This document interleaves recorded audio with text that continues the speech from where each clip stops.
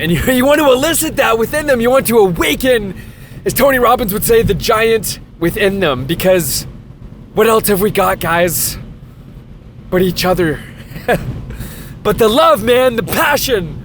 I was just visiting an old client of mine. My first job out of high school was as a Are you at ease with yourself?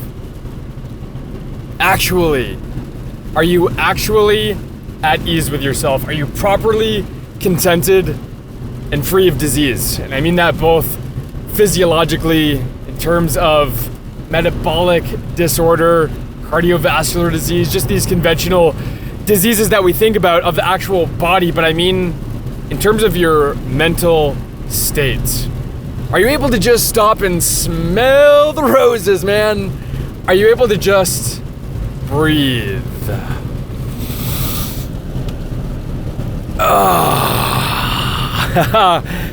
Are you living in your house? And what I mean by that is, do you feel at home in life, in any door that you walk through in this life?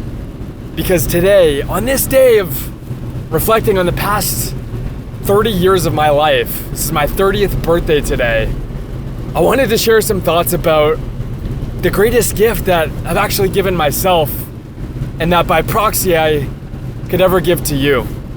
If you gave me a magic wand, the one thing that I would wish for you more than anything else, it's not your dream body, it's not your perfect 10 by your side, it's your mental state, it's your mental freedom, it's finding that freedom, it's being an alpha inside, alpha energy. Being comfortable in your own skin. That's what my 20s was all about, was really finding my freedom. And I found it, and I'm so grateful for that. And the thing is that once you find your freedom, you realize the proverbial shackles that other people are doomed by. And you see it 2020.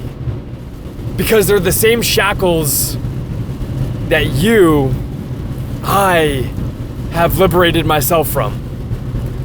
And what could be more important than that, than to feel free?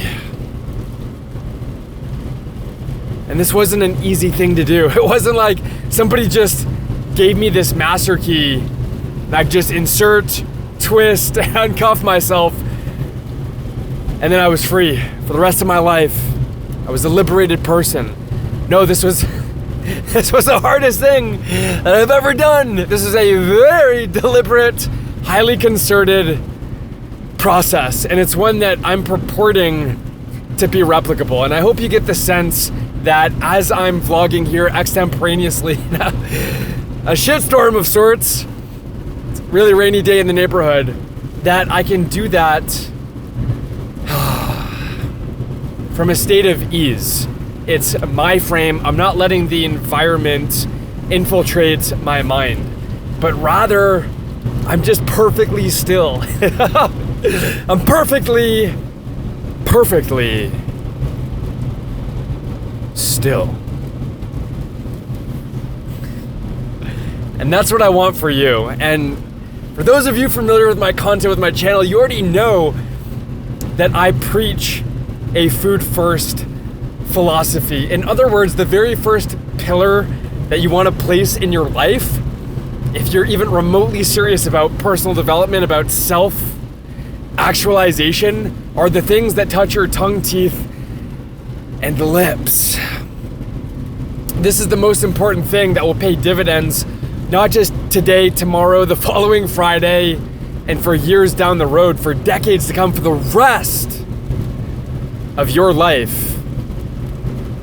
But it truly is the most foundational of the fundamentals. And so real quick, beef is best. You want to get your proteins and your fats from beef, from red meat. The same thing that you've been told is gonna give you a heart attack, cause cancer. Even as of late, there's a study saying it's going to render you a diabetic, which is obnoxious. I'm actually on my way down south to Boston today to get a DEXA scan done, and I'm gonna be sharing the results of that with you guys after having eaten over 2,000 pounds, frankly 2,200 pounds, a ton of red meat over the past 8 years alone. I'm going to be showing you my bone mineral density, my resting metabolic rate, my VO2 max, my body fat percentage. No holds barred. I'm going to be allowing you to peek behind the curtain. So a lot of beef, but you don't want to be keto. You want to get plenty of carbohydrates in your diet to keep your cortisol low, your free testosterone high, to just ensure that you are endocrinologically optimized. And so the most benign source of carbohydrates, because we consume carbohydrates for their macronutrients and not for their micronutrients. So the most benign source of carbohydrates is going to be white rice. That's right, refined rice that is effectively devoid of anti-nutrients. So basmati, in my opinion, is the best. If you want to know why, you can drop a comment down below. Ask me why. I'm more than happy to expound upon that. And frankly, if you have any questions about my food philosophy or self-actualization journey, I really am here for you. I hope you see me as someone who isn't special, isn't cut from a different cloth, someone who was just given very unique information about 8 years ago and who actually applied it because they were in a lot of pain. They were rejected from a girl that they were just head over heels in love with. They had an inflamed esophagus that left them unable to speak and barely able to breathe for over half of a decade. I recently had an upper endoscopy done, an esophagogastroduodenoscopy. I actually did it completely cold, and I believe I have a voice recording of me probably like proper gagging because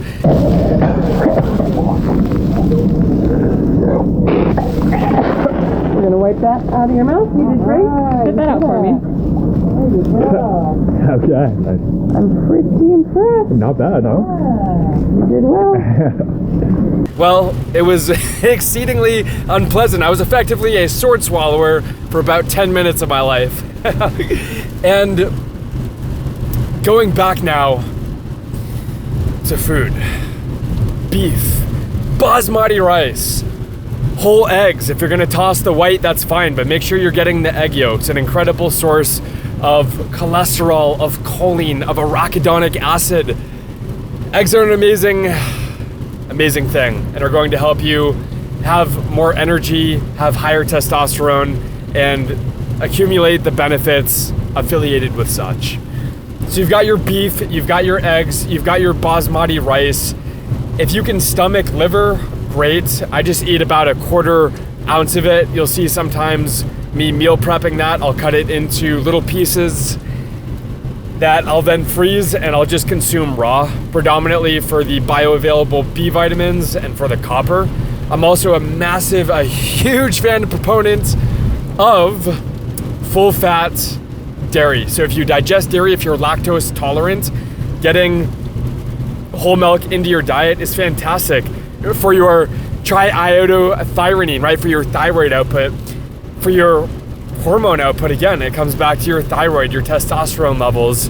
Milk is a really good source, not just of what you would typically think of, calcium, maybe potassium, even magnesium, a lot of great electrolytes and minerals, but also iodine, which is really important for that aforementioned thyroid function. So those are gonna be the staples of your diets. But then you're gonna want a really potent source of antioxidants to augment your antioxidant status and just keep you devoid of disease. And so pomegranate juice, in my opinion, is something you should be drinking about a 1/4 liter of, a cup of, for imperial folks for the rest of your life. I know I certainly will. This is, in my estimation, the best supplement to an animal-based diet. And then from there, it's just a matter of staying on track, eating these foods on a regular basis, preparing them in a fashion that preserves nutrients and mitigates oxidation of the cholesterol in the beef and the eggs. And so using an Instant Pot is, in my estimation, the best way to do that. And then it's just a matter, again, of staying on the straight and narrow. And I'm not saying you can't go out to enjoy a meal some night with your significant other, with your mom, with your dad, with your family, out at a restaurant, but make conscious decisions. Tell the waiter tell the waitress you're allergic to seed oils. Don't have them cook in canola oil. Have them cook in grass-fed butter, in coconut oil. Control the things that are controllable. Food first. Putting that first, even when I lived in a really tiny dorm room and I was actually obligated to adhere to the dining meal plan, was something that I had to divorce myself of. So I had my allergist, I requested my allergist, again, control the things that are controllable, go outside of your way to ask, to request these things. It's amazing the things that people will give you, but you need only ask. And I asked my allergist to write me a letter excusing me from the dining meal plan so that way I could track everything that I was consuming. Everything, which was still incredibly suboptimal. I used to track everything and I have it written down on a piece of paper, I believe from 2014 for my mom's work. She works for Central Maine Power, CMP, and I believe I've still got that written out. Seed oil riddled almond milk, for example, is one thing that I was consuming. White meat instead of red meat. I was eating chicken breast, processed meats from monogastric animals, from chickens that bioaccumulate inflammatory fats that they're fed in the corn and soy that they're given. I wasn't drinking cow's milk, I was drinking almond milk, which has industrial, refined, bleached, and deodorized seed oils in it. I wasn't consuming basmati rice, the lowest in phytic acid and arsenic with a moderate glycemic index. I was consuming heart-healthy, whole-grain brown rice. It's funny, I was just visiting my mom yesterday, and very disconcertingly, very, very disturbingly, we actually had recalled a song that I was indoctrinated with, ostensibly by my aunt and uncle on my mom's side of the family, my mom's sister, which was, and I quote, beans, beans, they're good for your heart. The more you eat, the more you fart. The more you fart, the better you feel. So eat your beans for every meal. Oh my God, like we're literally celebrating the 16 times a day that we're farting because of the seeds, nuts, legumes, and other highly defended plant-derived foods that we're consuming, and we're celebrating that as if that's good for our heart. Just based off of all of these erroneous assertions that have been made about cholesterol. So then we take statins that lower our cholesterol, but they give us dementia. Woo! Oh boy. Oh my God, you cannot make this up. And I bought it. And I ate it. I took it. Hook, line, and sinker, man. But it didn't work. It didn't work. I was following the wrong map. And once I started following the right map, God, I just started feeling so much better. I mean, I was literally diseased before that. So I had acid reflux 24/7. I had heartburn, and I had an esophagus that would become completely closed off because it could not accommodate the food that I was consuming. So I started consuming the right food. I started putting the proper fuel in my proverbial gas tank, and I started rebuilding myself at the cellular level. And this is something that I'm frankly so excited about. I deem it so worthy of celebration, and I'm so confident that this is replicable that for the rest of my life, I'm going to be getting these obscure tests that I'm going to get today.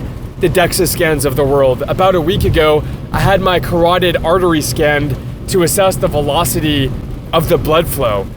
Soon, I'm hoping to get a coronary artery calcification score. I'm also going to be extracting adipose tissue body fat from my butt cheeks and having a friend of mine analyze that in her laboratory and showing you exactly what I'm made of at the cellular level.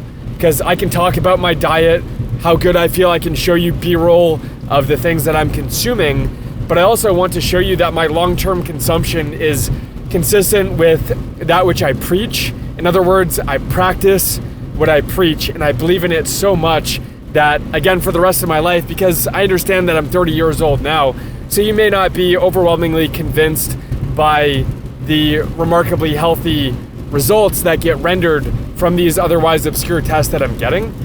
Because ordinarily, for example, for a CAC score, you have to be 45 years old to get that done. But I'm trying to, build rapport with certain doctors, just tell them how passionate I am about this, and having them make exceptions so that I can get a baseline now and just show you that I'm going to be maintaining that for decades down the road. Just for the rest of my life, I'm going to be illustrating what it means to exude exemplary health. So putting food first, that's number one. And then from there, it's about assembling the other pieces of the puzzle of lifestyle design.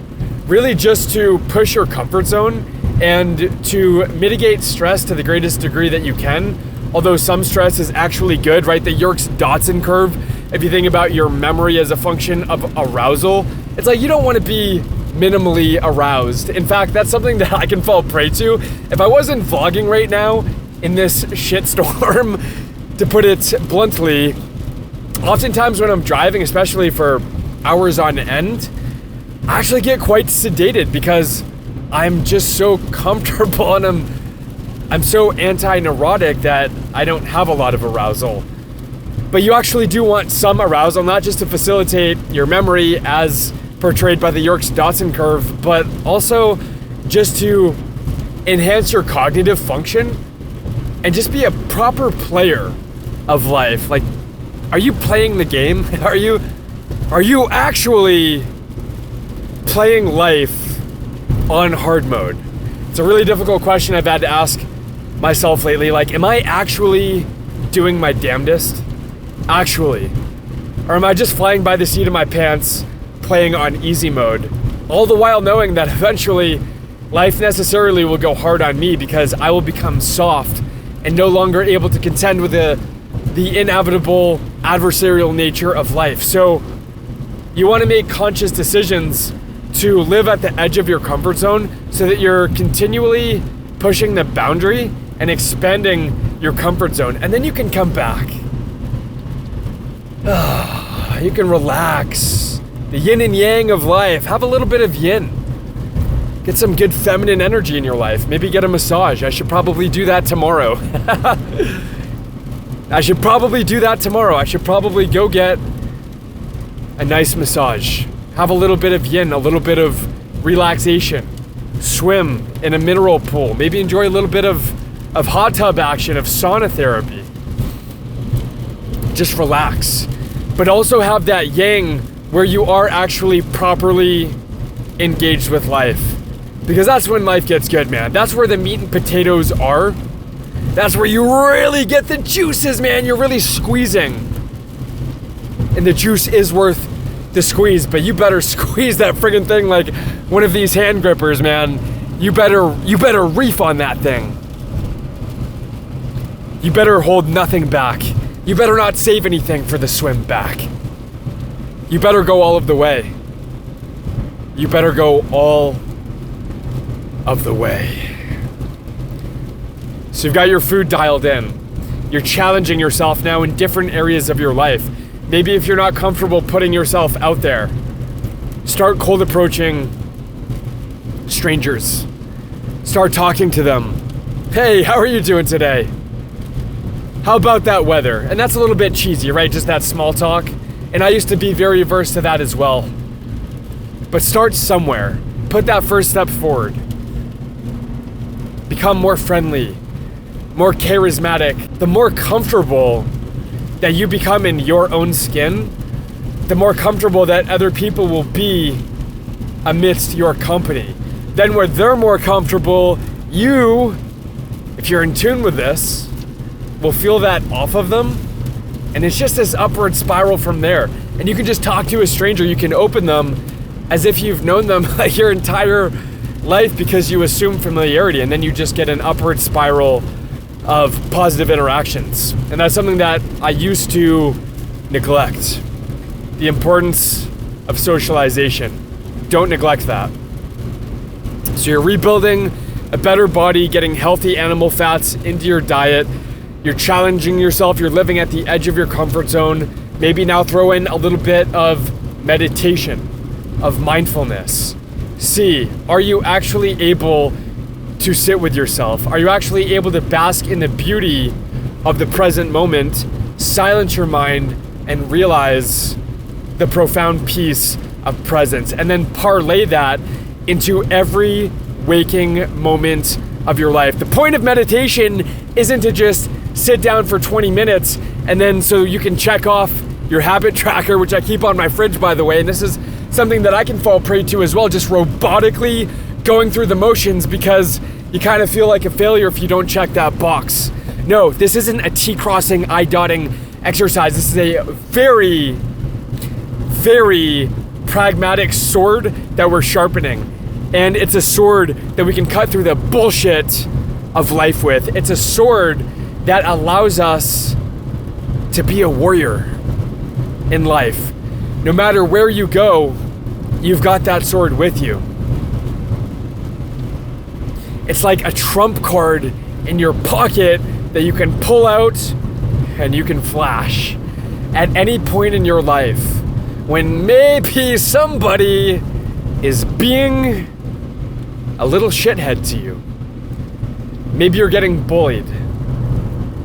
Maybe a boss has crossed the line and inadvertently is trying to make you feel inferior. Maybe, God forbid, a loved one, your partner, is doing something that would otherwise disrupt your flow, your ebb and flow. But now you've got a sword, you've got a weapon, you've got a trump card that you can flash that renders you impervious to these otherwise adversarial encounters. Because it's your house, it's your home. And you want to feel at ease in your home. But it's not just your home in your home, it's your house wherever you go. It's your frame. And not to battle other people's frames, but to become a benevolent king whose humble abode you openly invite, you openly welcome others to experience. Because you want that for them as well. See, once you found your freedom, once you go on this path, once you trek the territory that I'm laying out for you and you actually follow the map that I'm giving you to blaze that trail for yourself, the trail called Find Your Freedom, and you actually acquire the Holy Grail, which I'm just reflecting on now at age 30, the fact that I found it, man. I've talked about this before, the fact that I found my freedom, but I actually did. I did find it. I'm so grateful that I have. And then you just realize that once you find that, you just want to encourage others to find their freedom. And you want to elicit that within them. You want to awaken, as Tony Robbins would say, the giant within them. Because what else have we got, guys, but each other? But the love, man, the passion. I was just visiting an old client of mine. My first job out of high school was as a direct support professional. I was a DSP. And of the 6 men whose lives I would facilitate, encouraging them with their ADLs, their activities of daily living, there was only one that was left all these years later. I went to visit 4 days ago, and it's been a decade. Because what I realized, as Jim Carrey says, is that the greatest currency there is the effect you have on others. And I really got in touch with that when the one man left standing, the one man left at this cottage that I used to work at, was the man that I had the greatest connection with, and he lit up, man. He lit up like a Christmas tree just seeing me, because of all of the people, of all of the staff members that worked with Paul. So he was like, I was actually patient with Paul. I was actually able to stop and smell the roses with him as I'm driving him around to his appointments, getting out into the community, doing fun things. I was actually there for Paul. And most people weren't, because they didn't have that patience. They didn't have that inner stillness. They were outside smoking a cigarette. They were snacking on their sugar-riddled food because of their carb-addicted nature. They were succumbing to what I call peripheral pettiness. They had a soft addiction to gossip, gossiping about other workers, co-workers of theirs that they're working alongside. All the while, there's Paul, who's not being understood, who's not having a properly patient individual care for him. So think about all of the ways that your impatience, your imperfect physiology, your dis-ease, your lack of contentment is actually manifesting in your life. Think about all of the problems that's in fact giving rise to. And not just in the way that it stifles your own experience of life, but the experience of everyone else around you. I mean, imagine what it would mean for you to actually be still. To actually be silent, to be a stoic, to be a blank canvas inside that you can then paint with whatever brush you wanted to. You could be Pablo Picasso, and you could really, really perfect yourself and really work on yourself, and then make life as picturesque as Pablo Picasso's paintings. And that's what I really want for you, my friend. I want you to be the Picasso of your own life. I want you to make something beautiful, and I'm here to help you do that. I love you. I appreciate you. Drop a comment down below. Let me know how I can be of service to you. How can I better lay out the map that is going to help you get from where you are now to where you want to go? I love you. I appreciate you. And until next time, my friend, find your freedom. Peace.